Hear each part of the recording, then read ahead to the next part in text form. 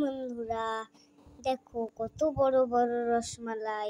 এটা তোমরা বানাতে চাইলে আমার ফুল রেসিপিটি দেখো। পুরো রেসিপিটি শিখতে হলে এই ভিডিওটি সম্পূর্ণ দেখুন, না টেনে। 1 কাপ গুঁড়ো দুধ, 1 কাপ, 1 চা চামচ বেকিং পাউডার, সবকিছু এবার একটু চেলে নিচ্ছি।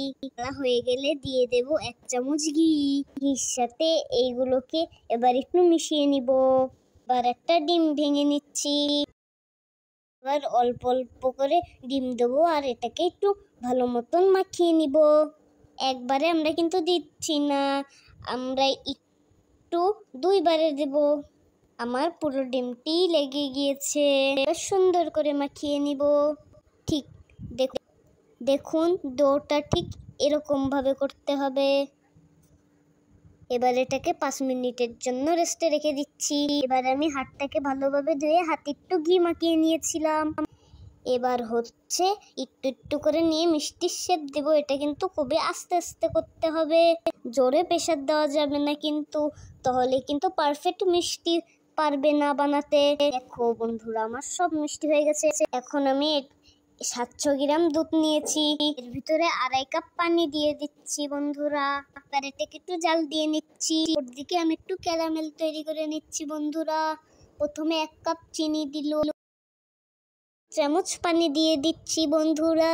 আর এটাকে নাড়ানো থাকবো। চুলার আঁচটা কিন্তু হালকাতে রাখতে হবে বন্ধুরা। আমার ক্যারামেলটা একদম পারফেক্ট। আর জাল করা দুধ এটার ভিতরে দিয়ে দিচ্ছি।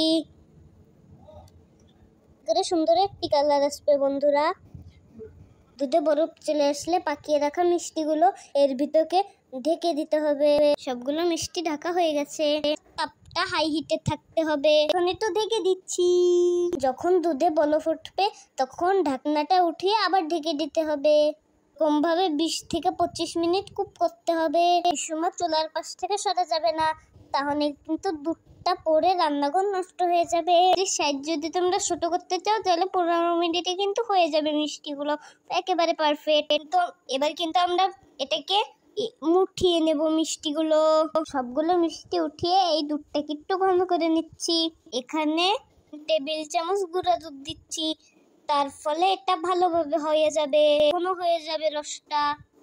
তখন দুধটা যখন হয়ে যাবে তখন আমি ওই মিষ্টিগুলো আবার ঢেলে দিচ্ছি কিন্তু বন্ধুরা। দেখো আমাদের মিষ্টির ফাইনাল লুক, ইয়াম্মি ইয়াম্মি। আর এটা খেতে যত মজা হয়েছে, এটা দেখতেও কিন্তু সেরকম সুন্দর হয়েছে। আর এটা এতই সুন্দর হয়েছে যেটা একদিনের ভিতরেই শেষ হয়ে গেছিল। আর এটা দিয়ে কিন্তু আমরা কেকও বানিয়েছি, এই ভিডিও আগেই দেওয়া হয়ে গেছে। ভালো লাগলে অবশ্যই কমেন্ট করবে। আল্লাহ হাফেজ।